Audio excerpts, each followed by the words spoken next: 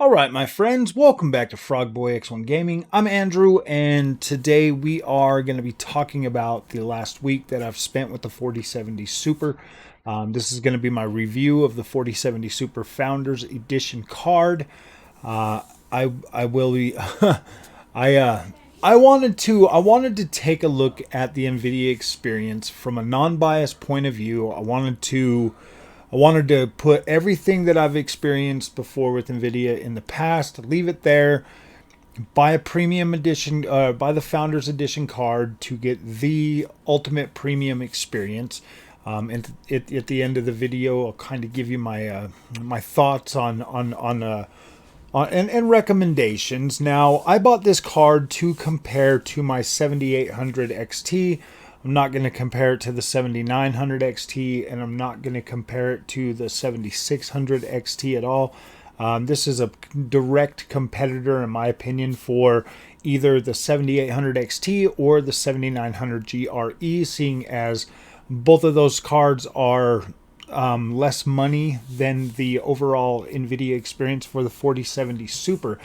Now, if you've been at the channel for a while, you know that I switched to AMD about 8 months ago.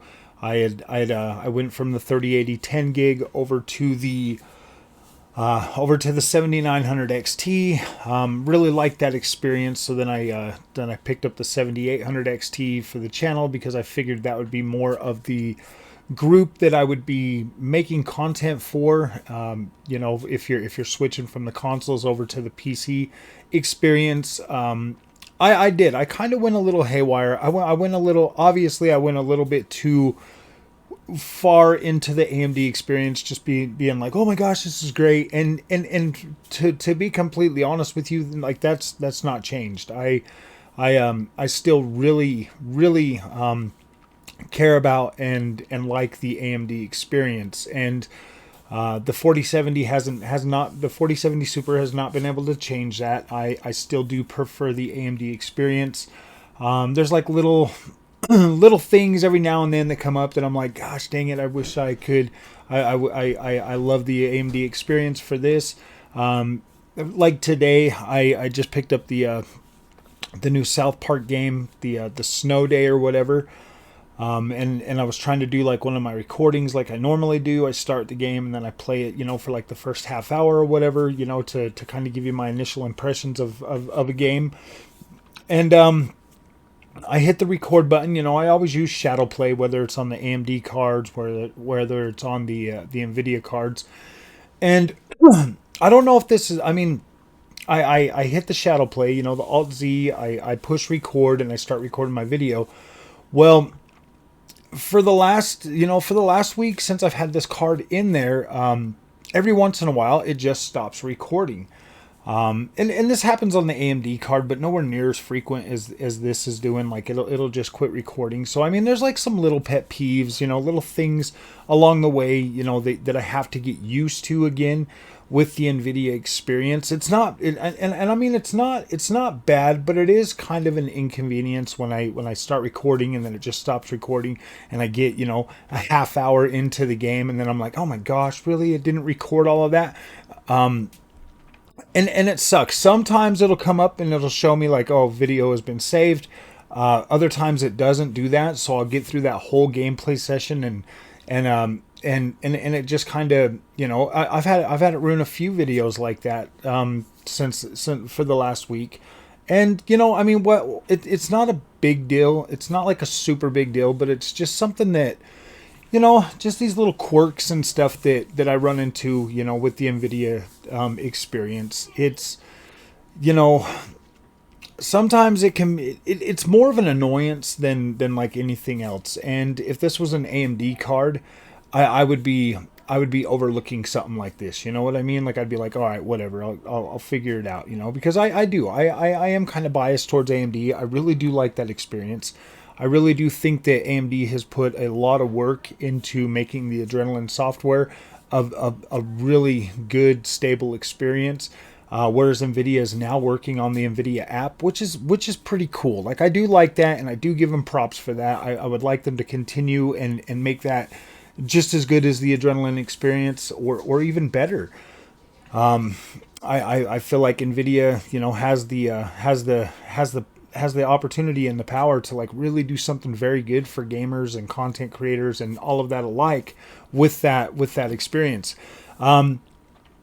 Another annoyance that I'm having right now is not being able to do 4K 120 on my 4K screen. I did buy another HDMI cable that will be here tomorrow. We're gonna test that. I've gotten into the Windows software to try to set that to 4K 120. I've done it in the Nvidia app, and for some reason it just will not work. My LG C2 is the TV that I'm trying to use, and it works perfectly on the AMD cards. It works perfectly on the consoles. So I'm hoping that maybe it's just a new cable handshake issue, because I'm using the HDMI 2.1 cable that comes with the Xbox Series X and that works with everything else. And I believe it used to work with the 3080. It used to work with the 3080 10 gig, because that was the same cord I was using back then. Was for, you know, was with that 3080 10 gig was that HDMI cable. So when it comes to, you know, I think that's pretty much it right now with the whole problems and the issues that I'm having. It's just those two. One of them's just kind of a minor annoyance. The other one is kind of like not necessarily a big deal unless I want to do my sim racing. When I want to do the sim racing on the 4K screen, that really does kind of compound the issue and make it so it's like, dude, I can't really get on there and play that. Obviously, these are issues that are solvable, so I'm not gonna rant about them. I'm not gonna bang on about, oh, this is dumb. No, there's obviously things. I mean, AMD has its little quirks and stuff that you got to work out, and that's just the way I got to look at it. That's the way everybody should kind of look at it. I think there's a lot of I think we as humans, we tend to try to negate some of the things that are wrong with the purchases that we buy, and call out the ones on the other side, just to kind of maybe either make us feel better about our purchase or to justify it or something. And for the most part, like with the Nvidia experience, my friends, it is a little bit more involved in my opinion. Like it is more involved. Like the AMD experience just feels a lot smoother. You can get in there and do things, but there are quirks that you'll be able to find on either one of these, and if we sit and make a big deal about them, then it's stupid. It doesn't really help anybody. It's not doing any good for anybody out there.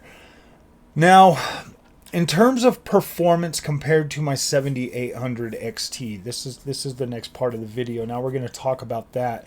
So with the 7800 XT, I usually find myself right around the 80-90 frames per second at 1440p, and this is usually using like the highest presets. Whatever else I can, you know, like turning the visuals up to maximum and just letting it run that way.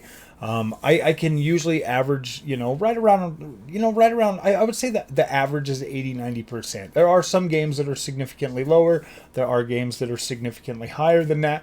And I would say that the 4070 Super fits really close in there. I would say it's the overall performance difference of these two cards side by side is pretty negligible at best in terms of just overall being able to run these games at the same settings. That's been my testing, and to be completely fair, the regular 4070 was a little bit like that too. That was a pretty decent card, but overall, like the 7800 XT was easily, not easily, it was usually ahead. Sometimes you could definitely tell. With this 4070 Super, like, you can't tell. Like, you can't, like, it is so negligible. It literally feels like I'm playing on the same card 99% of the time. It really does feel just as good as the 7800 XT. I mean, obviously you're going to have like the VRAM thing, but for the most part at 1440p, that hasn't really been a problem. A couple of games, like Hogwarts Legacy, if you want to rock ultra everything at 1440p, it does kind of struggle a little bit.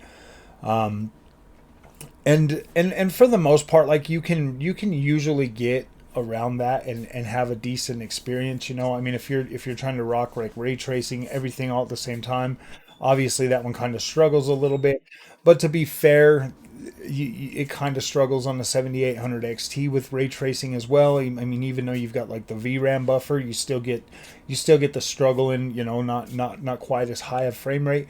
When I switch that game to just high performance, it runs great, better, good ray tracing, all of that. In terms of like features and feature set, there are a bunch of games out there right now that do in fact have ray tracing. So we need to address this one head on. There's a lot of games that not all ray tracing is the same. Some games, they run very well on both cards with ray tracing. That you can get definitely a playable experience on a 7800 XT while utilizing ray tracing in some of these games. And the same goes for the 78 or the 4070 Super. When it comes to like Cyberpunk 2077 or Alan Wake 2, these games that are starting to utilize path tracing, the 4070 Super obviously is ahead. Obviously, I mean it does very well, and it is fairly playable. Because before I bought this card, I'd started lowering the threshold for the overall ray tracing experience to about a 40 frames per second. If I could hit 40 frames per second, and this is different from consoles. 40 frames a second on PC with a VSync or with G-Sync or FreeSync is definitely a better experience than playing on a console at like 30 frames per second. So I lowered my threshold to about 40 frames a second because that still feels pretty smooth, and it still looks and then it looks incredible. So when I look at that threshold for the overall experience at 40 frames per second, the 4070 Super meets and exceeds that very easily.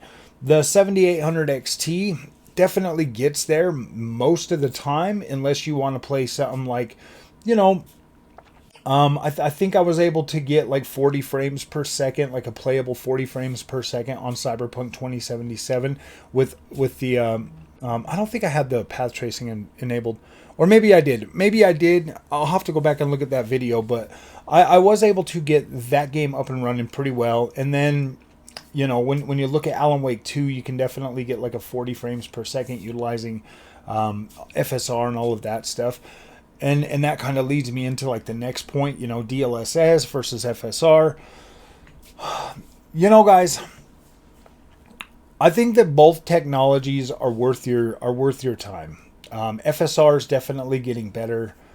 In some games it actually looks incredible, in some games it doesn't. When you look at DLSS and the lead that DLSS has over FSR2, it's one of those things where like the preference of DLSS versus FSR is all going to be is all pretty much subjective either way you look at it. I'm not going to sit here and try to tell you either one is better.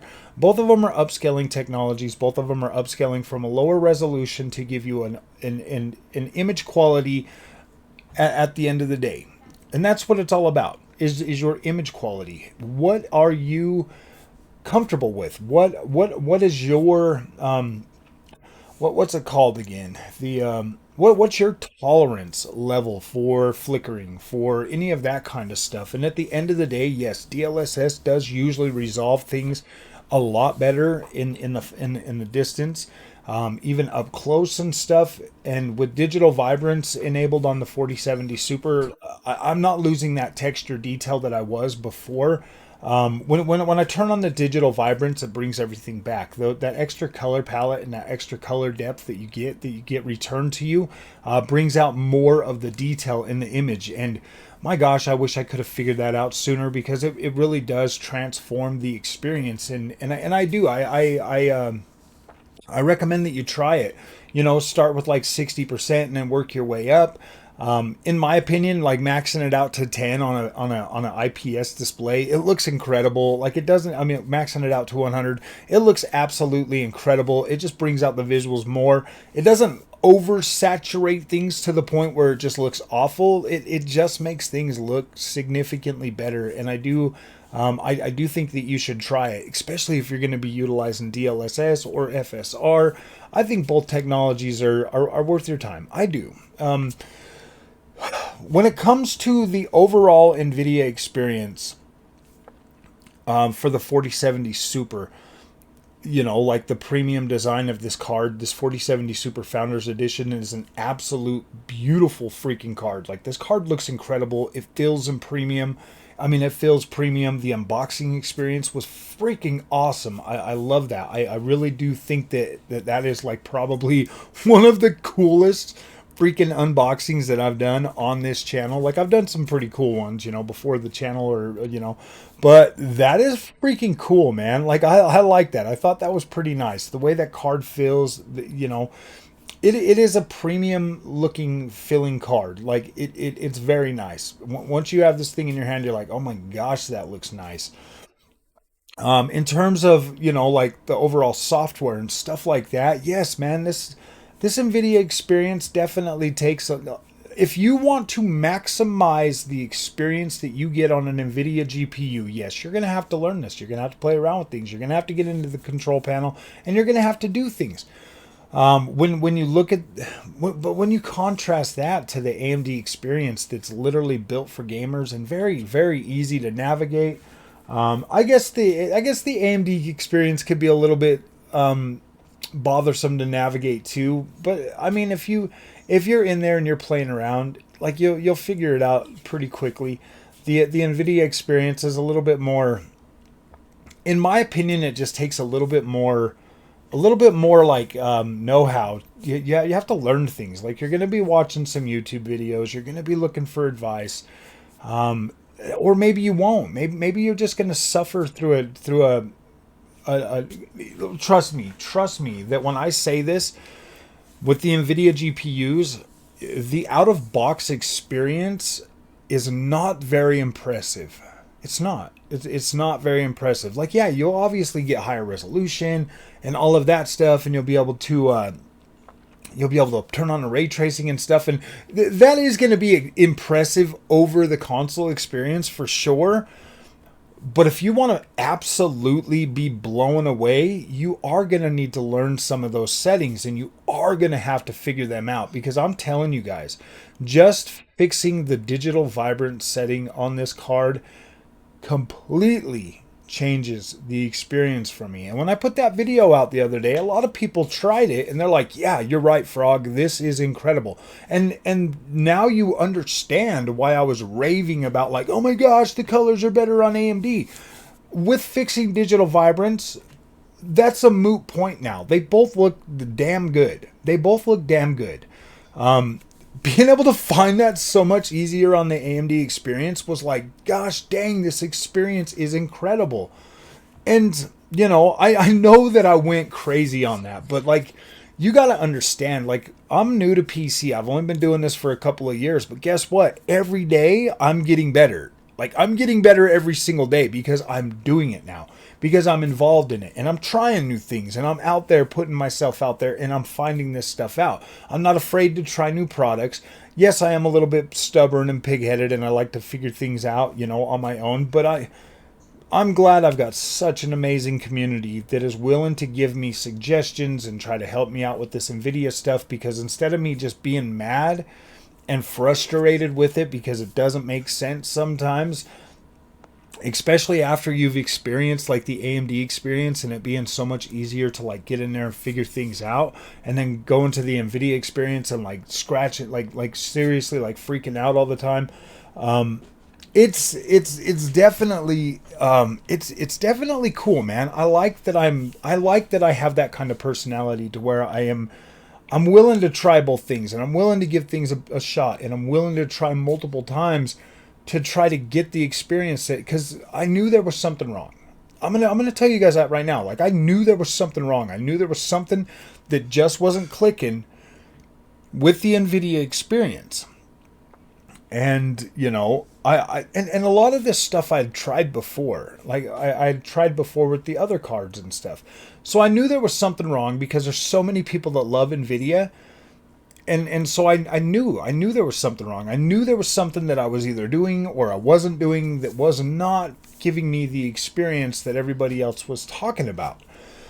So now that I'm finding that stuff, and now that I'm actually, because I've only taken this card out to try to make videos for like Horizon Forbidden West and the Dragon's Dogma, but for the majority of the last week, I've had the 4070 Super in the PC.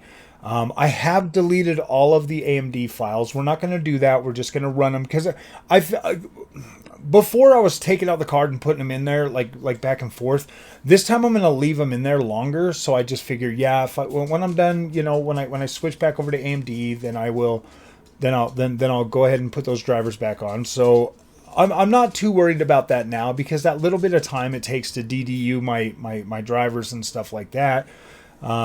It's just when I'm trying to do like games, like making 4 or 5 videos in succession, in one day. Yeah, that can kind of get, time consuming, and then having to like reset up all my settings and all of that stuff after that. It'll be so much easier once I get another build and I have 2 of them, and I'm able to do, like Nvidia content, I'm able to do AMD content. That'll be so much better, and I'm still really not interested in doing side by sides. This one's better.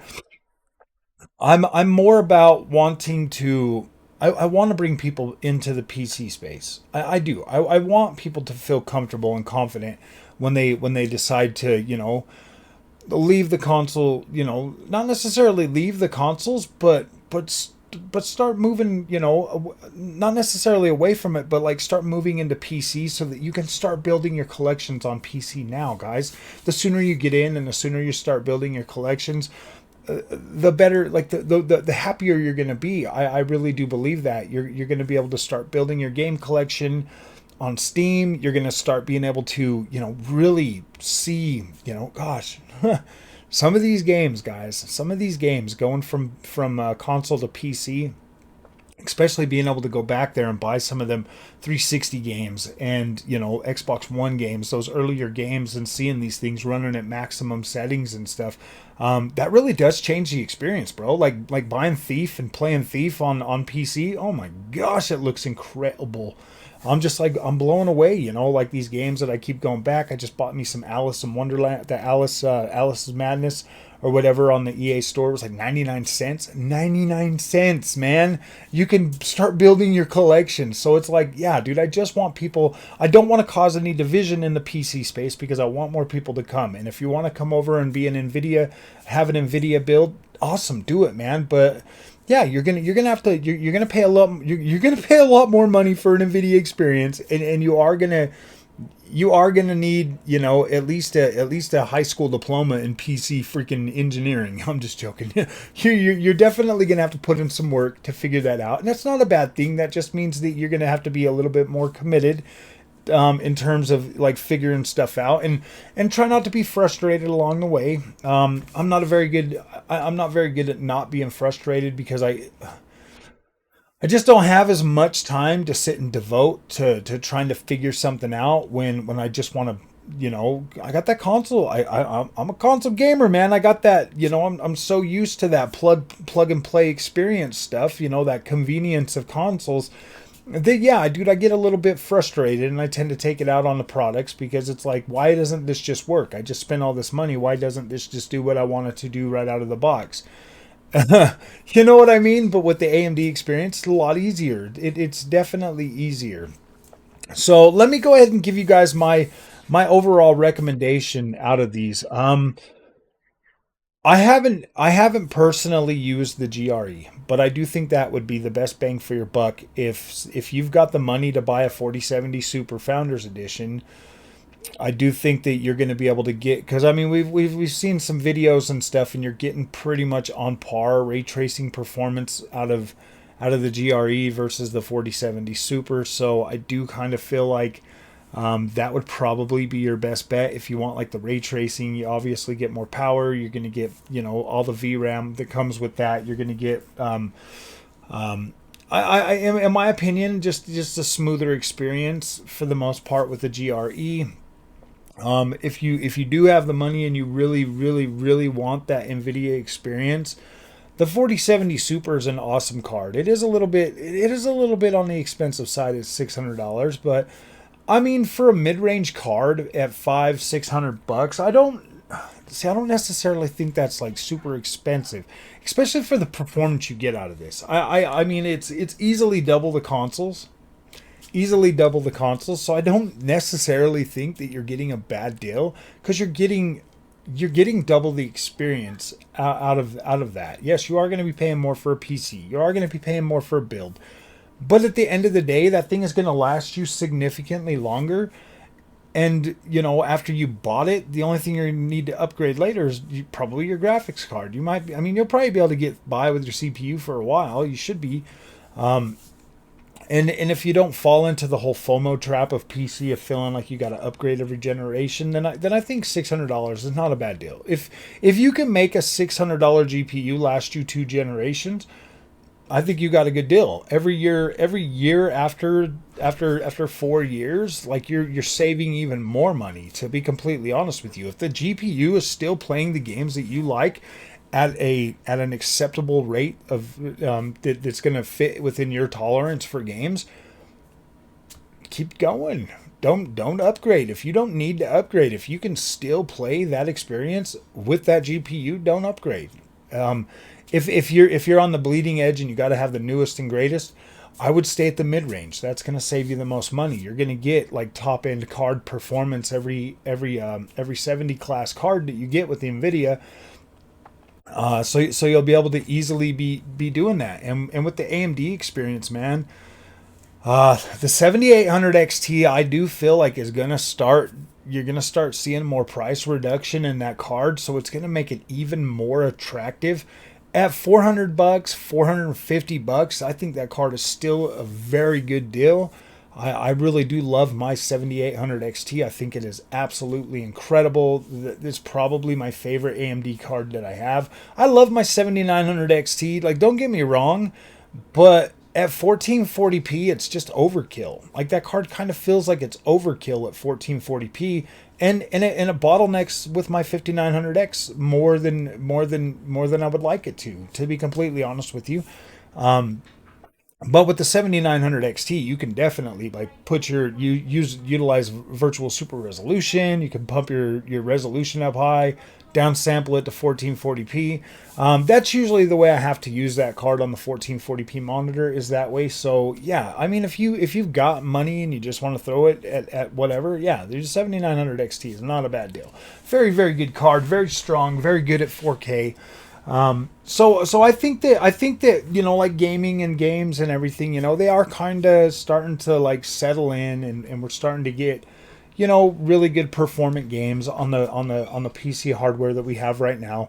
Obviously there's still some games that are coming out like Dragon's Dogma that aren't really super optimized, but the experience playing them on the AMD side or the Nvidia side on this game is actually pretty dang comparable. It's very good for the most part when you're out and about exploring the world and doing all that. You're getting good performance. When you get into town, obviously it's broken.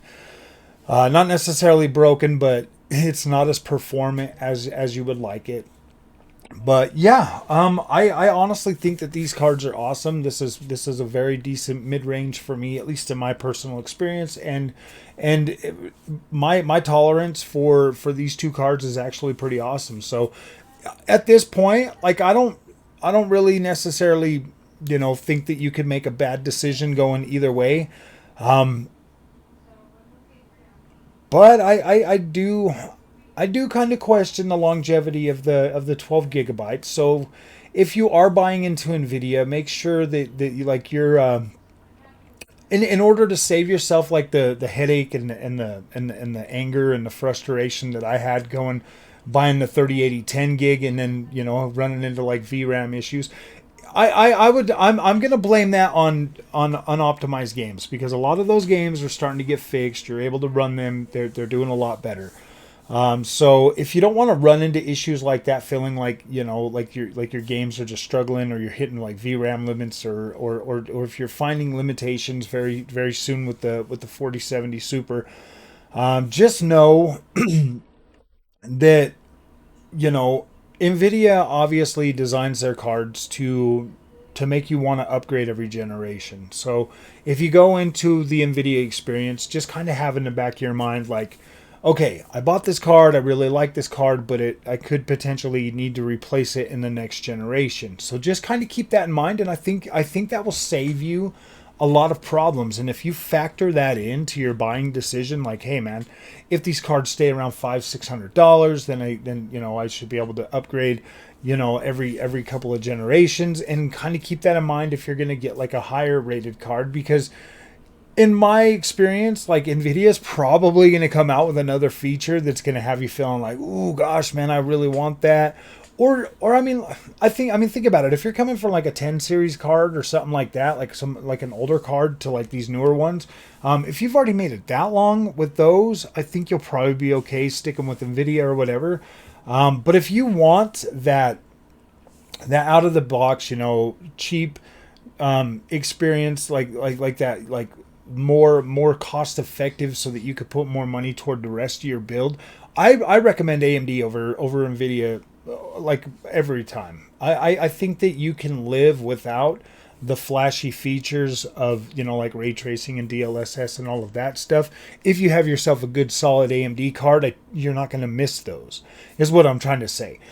And that's basically what I've been trying to say the whole time. If you have a good AMD card, like you got good VRAM, and you've got, like say you bought a 7900 GRE for $550. If you have a 7900 GRE, you are not going to miss the 4070 Super experience. You're not going to miss it. Like, you'll probably be none the wiser, and you will really enjoy your overall experience. So, in terms of like this review for the 4070 Super, I absolutely love this card. I think it's incredible, and yeah, I'm very happy with my purchase, and I don't have any negative thoughts about it.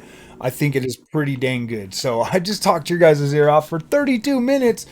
Wow, sorry guys. I start getting into these things, and I just want to talk for some reason. I like the sound of my own voice. Forgive me. But if you made it this far, thank you so much for watching this content. I hope that you've hit that like and subscribe button, and we'll see you guys in the next one. Thank you so much for watching.